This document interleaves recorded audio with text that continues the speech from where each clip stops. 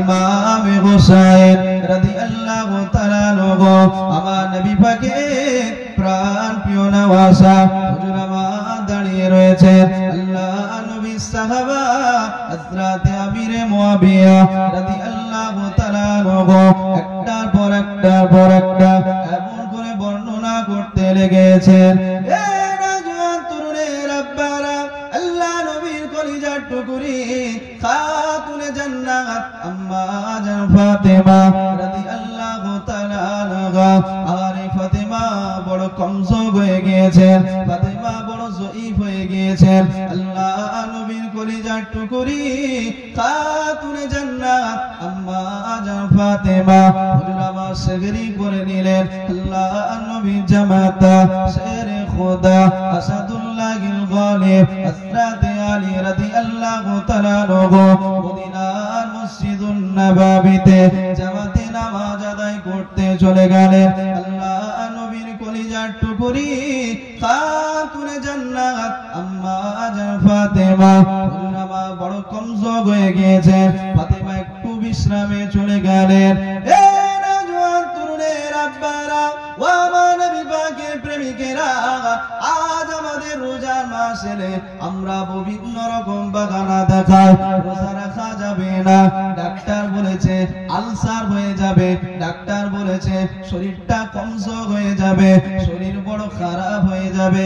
আহারে আল্লাহ নবীর কলিজার টুকুরি খাতুনে জান্নাত আম্মা জান ফাতেমা রাদিয়াল্লাহু তাআলা আনহা হুজুর আমার সেহরিটা করে নিয়ে বিছানার মধ্যে হাজির হয়ে গেল। ফাতেমা বিছানার মধ্যে হাজির হয়ে কি দেখতে পান?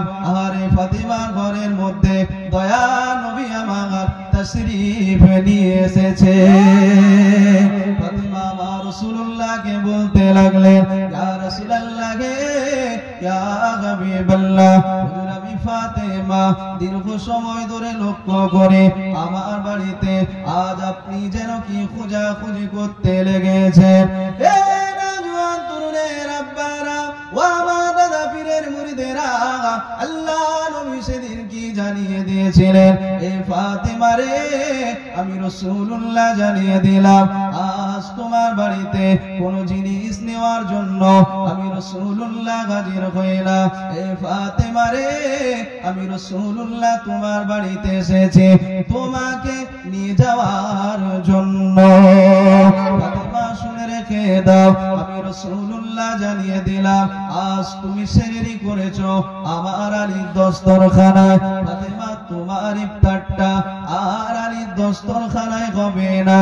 এ ফাতেমা রে, আমি রাসূলুল্লাহ জানিয়ে দিলাম তোমার ইফতার হবে আমার দস্তরখানায়।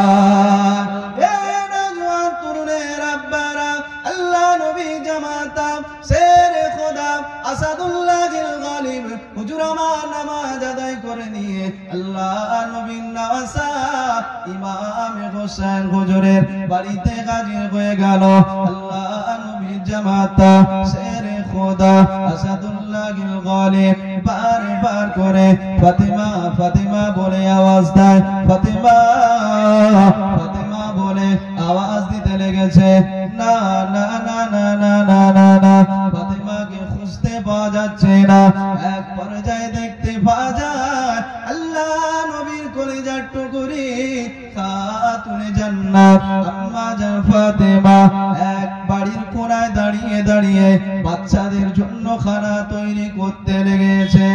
এ নওজোয়ান তরুণের আব্বারা, আল্লাহ নবীর জামাতা শেরে খোদা আসাদুল্লাহিল গালিব আলী ফাতেমাকে কি জিজ্ঞাসা করেছিলেন?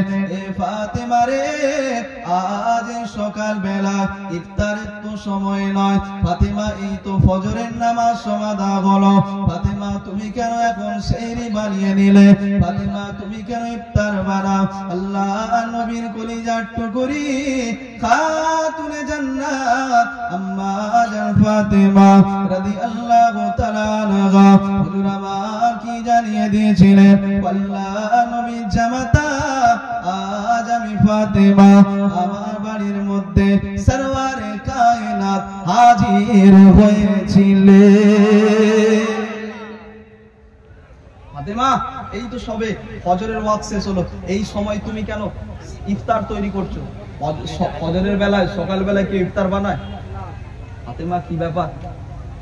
বলেন আমার নবী না, আমি ফাতেমা আমার বাড়িতে তাশরিফ নিয়ে এসেছেন, আর আমি ফাতেমাকে বলে গিয়েছে, ফাতেমা যত দেরি হোক না কেন, আমি ফাতেমা, আমি রসুল বলে যাচ্ছি, আজকে তোমার সেহেরি আমার আলী দস্তরখানায় হয়েছে, তবে ইফতারটা হবে আমি রসুল আমার দস্তরখানায়। অতএব ফাতেমা আর দুনিয়াতে থাকবে না, তাই শেষ বেলার মতো বাচ্চাদের জন্য একটু খানা তৈরি করে যাচ্ছে। জোরে বলে। আজকে আমাদেরও মা, বাগদাদের জমিন আব্দুল কাদের জিলানী রহমাতুল্লাহ আলাইহির মাও ছিলেন মা। আজকে আমাদের সমাজেও মা রয়েছে। আজকে পেটে বাচ্চা থাকলে সিরিয়াল দেখায় ব্যস্ত থাকে, কোরআন থাকে না। আজকে আমাদের মা আর আব্দুল কাদের জিলানী রহমাতুল্লাহ আলাইহির মা, দুটো মা এক নয়, আসমান জমিন বারাবার ডিফারেন্স। বলে আপনার বাচ্চা দিনের পর দিন মিথ্যে কথা বলেছেন, আপনি বাপ হয়ে বলেন কখন প্রতিবাদ করেছেন যে মিথ্যে কথা বলা যাবে না? করেছেন কখন? কিন্তু এটা করেছেন, সন্তানের হাতে টাকা দিয়ে বলেছেন দুটো বিমল কিনে নিয়ে আয়। বলেছে কি বলেন? সন্তানের হাতে টাকা দিয়ে বিড়ি সিগারেটটা মজুর লেগেছে, দিন মিস্ত্রি লেগেছে, বাড়ি তৈরি হবে, সন্তানের হাতে টাকা দিয়ে দেখতে পাওয়া যাচ্ছে মিস্ত্রিদের জন্য দুটো পান আর বিমল তিরঙ্গা নিয়ে আয়। হয় কি হয় না? আব্দুল কাদের জিলানী রহমাতুল্লাহ আলাইহি হুজুর পড়াশোনার জন্য বাগদাদের জিলান শহরে যাচ্ছেন। যেতে যেতে ডাকাতের দলেরা না আব্দুল কাদের জিলানী রহমাতুল্লাহ আলাইহির কাফেলাকে ধরলেন। প্রত্যেকের কাছে জিজ্ঞাসা করছেন, কি ব্যাপার, আপনার কাছে মাল কত? বলে ডাকাত যদি ধরে, ডাকাত কি ফেরত কিছু পাওনা করি দিয়ে যাবে না? যার কাছে যা থাকবে সব নিয়ে নেবে। কথা বলেন না, নিয়ে নেবে তো? আব্দুল কাদের জিলানীর কাফেলার মানুষগুলো যার কাছে যা আছে সব কম আর বেশি করতে লেগেছে। যদি 100 থাকে বলে 50, যদি 50 থাকে বলে জিরো ব্যালেন্স, কিছুই নেই। একজন একজন করে ডাকতে ডাকতে এক পর্যায়ে দেখতে পাওয়া যাচ্ছে আব্দুল কাদের জিলানী ওই শিশু বাচ্চা না, ওনার পালা পড়ে গেল। বাবু তোমার কাছে কত? বলে আমার কাছে না 40 দিরহাম রয়েছে। জোরে বলেন। আব্দুল কাদের জিলানী রহমাতুল্লাহ আলাইহি এই কথাটা শুনে বলেন, এই বাচ্চা ছেলে কি ব্যাপার, সত্য কথা বললো কেন? বলে বলছি তোমার কোথায় টাকা রয়েছে? বলে আমার মা না এই পোশাকের এই জায়গায় সেলাই করে দিয়েছে, আর বলেছে মাদ্রাসায় যখন পৌঁছে যাবি ওস্তাদকে গিয়ে বলবি হুজুর আমার এই জায়গায় টাকা রয়েছে, মাইককে বাহির করে দিতে বলেছে। তবে একটা শর্ত, মিথ্যে কথা বলবি না। তাই হুজুর আজকে আমি সত্য কথা বলে ফেললাম। আরে আজকে সমাজের বুকে আমরা চতুর্দিকে ঘুরে বেড়াই, আজকে সমাজের বুকে এক শ্রেণীর আলেম বেরিয়েছে যারা এই রকম নেতৃত্ব দেওয়ার মানুষগুলোকে অস্বীকার করে, বলে ইমাম মানা চলবে না। বলেন আব্দুল কাদের জিলানী রহমাতুল্লাহ আলাইহি যে ভাষা, যে কোরআন হাদিস বুঝতেন, এই সমাজে আমরা সেইভাবে বুঝতে পারি? কথা বলে না। এখন যদি বলে ইনাদেরকে মানা চলবে না, মেনে নেওয়া যাবে, এই সমাজে তালাক হয় কি হয় না? সরকারি ভাবে তালাক নাই ব্র্যান্ড হয়েছে। আমাদের দেশের রুলস, সরকারি ভাবে তালাক চলবে না। তুমি 10 তালাক দাও আর 300 তালাক দাও, তালাক নয়, জিরো। নাউজুবিল্লাহ। ইসলাম মেনে নিতে পারে? জিনার কাজ সমাজে হবে কেউ মানতে পারে? আব্দুল কাদের জিলানী রহমাতুল্লাহ আলাইহির কথা বলতে বলতে ইমাম আজম হুজুরের কথা মনে পড়ে গেল। আল্লাহ কি বিচক্ষণতা দিয়েছিলেন তাকে। একজন মহিলা স্বামী স্ত্রী তর্ক হচ্ছে, এই তর্ক হতে হতে দেখতে পাওয়া গিয়েছে স্বামী তার স্ত্রীকে বলছে তুমি যদি আমার সাথে কথা বলো 3 তালাক। এই শর্ত সাপেক্ষ তালাককে বলা হয় তালাকে মুগাল্লাজা, শর্ত সাপেক্ষ তালাক। শর্ত মানতে হবে, যদি লাইফ টাইমের জন্য শর্ত থাকে লাইফ টাইম আপনাকে মানতে হবে, না হলে কিন্তু তালাক হয়ে যাবে। তালাকের যে সিস্টেম রয়েছে সেই সিস্টেম আপনাকে মানতে হবে। সঙ্গে সঙ্গে কিছু কিছু মহিলা দেখবেন একটু মাথা খারাপ, স্বামী কিছু বললেই ঘুরে প্রতি উত্তর। বলে আপনি আমাকে বলেছেন যদি কথা বললে 3 তালাক, আমিও বলছি আপনার সঙ্গে যদি আমি কথা বলি তাহলে আমার উপরে 3 তালাক। এখন কি হবে? সংসারে স্বামী স্ত্রী দুজন মানুষ, যদি স্বামী স্ত্রীর সাথে না কথা বলে, স্ত্রী স্বামীর সাথে কথা না বলে, বিভিন্ন দরকারি কাজগুলো সমাধান হবে? এই দিন যাচ্ছে, এক পর্যায়ে দেখতে পাওয়া যায় এই বাড়িতে সংসার ধ্বংসের পথে। মন চাইছে কথা বলার, কিন্তু কথা বলতে পারছে না। আলেম উলামা চতুর্দিকে ফতোয়ার জন্য গেল, সমস্ত আলেম এক বাক্যে ফতোয়া দিল তালাক হয়ে গিয়েছে। তালাক, কথা বলে তালাক। জামানার ইমামে আজম আবু হানিফার পালা। আরে আজকে যারা সমাজের বুকে বলে কোরআন থাকতে থাকতে, হাদিস থাকতে থাকতে ইমাম মানবো কেন, কোরআন থাকতে হাদিস থাকতে আমরা ইমামকে কেন নেতৃত্ব হিসেবে মানবো না, ইমাম ছাড়া আপনি এক পদাঙ্ক চলতে পারবেন না। সেদিন ইমামে আজম আবু হানিফা হুজুর কি বলেছিলেন? তালাক হয়নি। মাথা খারাপ সব আলেম, কি ব্যাপার?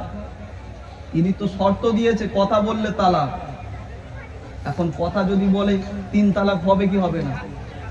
তাহলে ইমামে আজম কেন বলে হুজুর আপনি কেন এই কথা বলছেন?